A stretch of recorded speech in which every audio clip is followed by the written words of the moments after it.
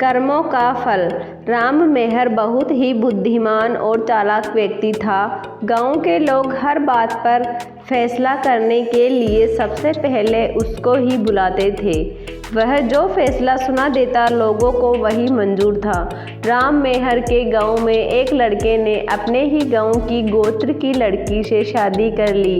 पूरे गांव में इस शादी के चर्चे होने लगे कि ऐसे एक गोत्र में शादी करना अपराध है। अब राम मेहर ने गांव में पंचायत बिठा ली और कहा, यह गलत है, हम हमारे गोत्र में ऐसा नहीं कर सकते। यह लड़की हमारे गांव की बेटी है और हमारे गांव की बेटी और ऐसी शादी गांव में मंजूर नहीं है। और इस सारे किस्से में राम मेहर ने सबसे ज़्यादा बढ़ चढ़कर भाग लिया। अब दोनों बच्चों को यह फैसला सुना दिया कि दोनों को भाई बहन बनने के लिए मजबूर कर दिया। पर शायद भगवान सब कुछ देख रहा होता है। जब बच्चों ने शादी कर ली तो उनको कोई भाई बहन कैसे बना सकता है। इससे बड़ा कोई अपराध नहीं हो सकता। दोनों बच्चे गांव से निकाल दिए गए। अब तुम दोनों शादी करके इस गांव में नहीं रह सकते, क्योंकि यह लड़की हमारी बेटी है और हम अपनी बेटी को अपने गांव की बहू नहीं बना कर रख सकते।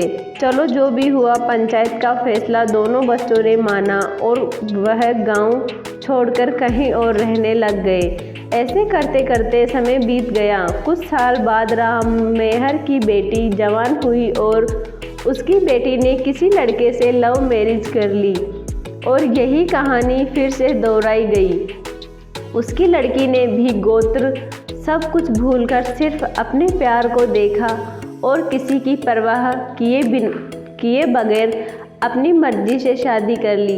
पूरे गांव में अब राम मेहर की बेटी की शादी के चर्चे थे कि जो राम मेहर पंचायत में इतना बोलता था, इनको बहन भाई बनाओ, उसकी बेटी ने उसकी आंखों के सामने यह सब कुछ फिर से दोहरा दिया। अब बेटी अपने ही गोत्र में शादी करके बैठ गई। राम मेहर अब किसी को मुंह दिखाने लायक नहीं था। आखिरकार यह बात उस लड़की तक भी पहुंच गई जिसको राम मेहर ने भाई बहन बनने के लिए मजबूर किया था। लड़की के मुंह से बस यही शब्द निकले कि भगवान के घर देर है अंधेर नहीं है। वह हर इंसान को उसके बुरे कर्मों का हिसाब किताब यही कर देता है। और आज मेरे को इंसाफ मिला है।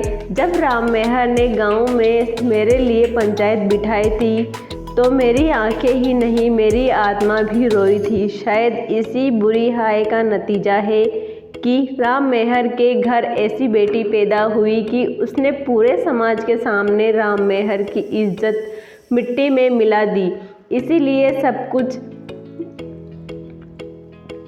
भी बोलने करने से पहले एक बार अपनी तरफ भी देख लो कि हो सकता है आने वाले टाइम में हमारी औलाद हमारे साथ पता नहीं क्या कर दे। अरे भगवान हमें ही नीचा देखने के लिए मजबूर कर दे। कभी भी अपने आप को, चाहे कितने भी बुद्धिमान इंसान हो, पर भगवान किसी को अपने से ऊपर नहीं होने देता। तो थैंक यू दोस्तों। कमेंट में ज़रूर बताइए कि आज की स्टोरी आपको कैसी लगी।